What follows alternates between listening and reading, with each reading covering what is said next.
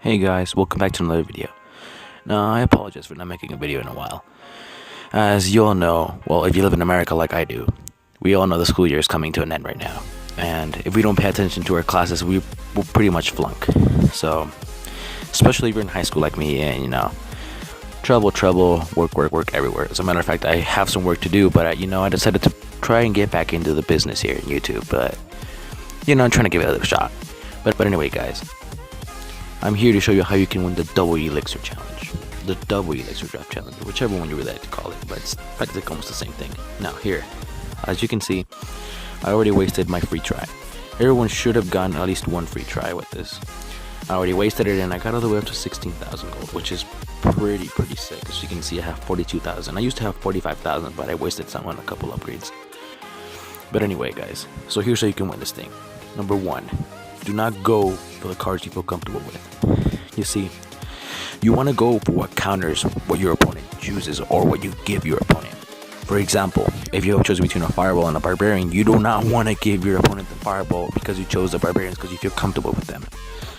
Of course, that's a no-brainer. But if just in case you didn't know that one, it could really come in handy. So, do not choose the cards you feel comfortable with. Choose what counters what you give your opponent. Number two, choose your cards wisely.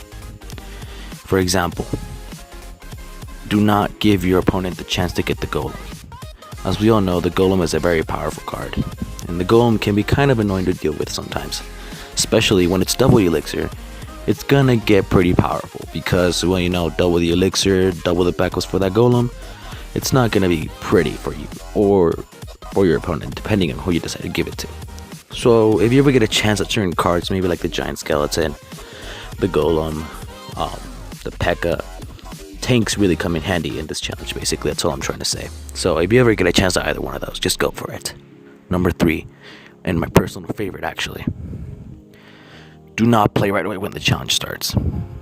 Now, as you can see, the challenge actually has not been hasn't been long since it got released, as you can see, because I still have 2 days and 6 hours left of my challenge, which means it barely got released in this day. But really what I'm trying to say to you guys is do not play right away once the challenge gets released.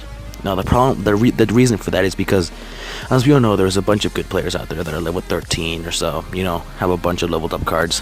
You see, when it comes to the challenge actually starting, those players tend to take their chance right away when it comes out. So most of the time you'll be facing players that are in the higher arena than you are. So keep a lookout for that. I would say just wait until there's about 1 day left on the challenge, and that's when all the good players should have passed their turn. And now there's a little side note for this challenge. You should not get mad at the challenge. Of course, when we all lose in the challenge, you get in any sort of challenge, as a matter of fact, we tend to get a little cranky, of course. There's at least a couple of you out there that do that, and personally I'm one of them. But anyway, guys, so do not get mad at the challenge. I know it's hard because, well, it's a challenge, a grand challenge, especially here. It's a grand draft challenge with double elixir. So do not get mad at the challenge because, well, first of all, you did get a free shot. And even if you do lose all 3 in a row, you still got a chest for free with at least a couple of cards in there and at least 100 gold, I believe. So do not get mad at the challenge. And I apologize if my screen keeps flashing. Apparently my phone was out of battery, but oh well.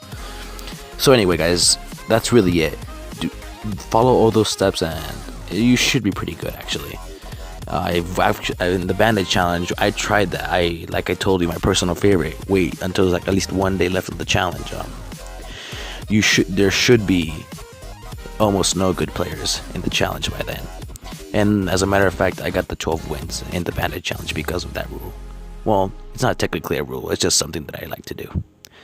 So anyway, guys, I hope you enjoyed the video. I hope this really helps you out. I'm sorry if I didn't have anything playing in the background, but as I said, I do have some work to be doing right now, but I decided to put a little work in the business. So anyway, guys, hope you enjoyed, and see you later.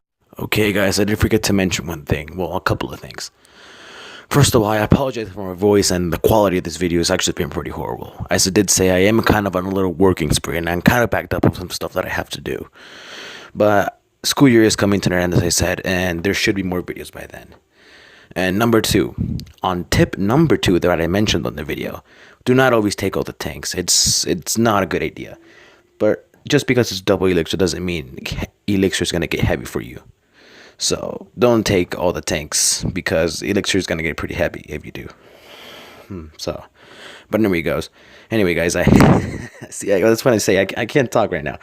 I have some really kind of stuff to do, and I'm kind of sick. So I'll have to see you guys later. I hope this video helped you, and it helped me, and hopefully it'll help you. Now I got some stuff to do right now, so see you guys later.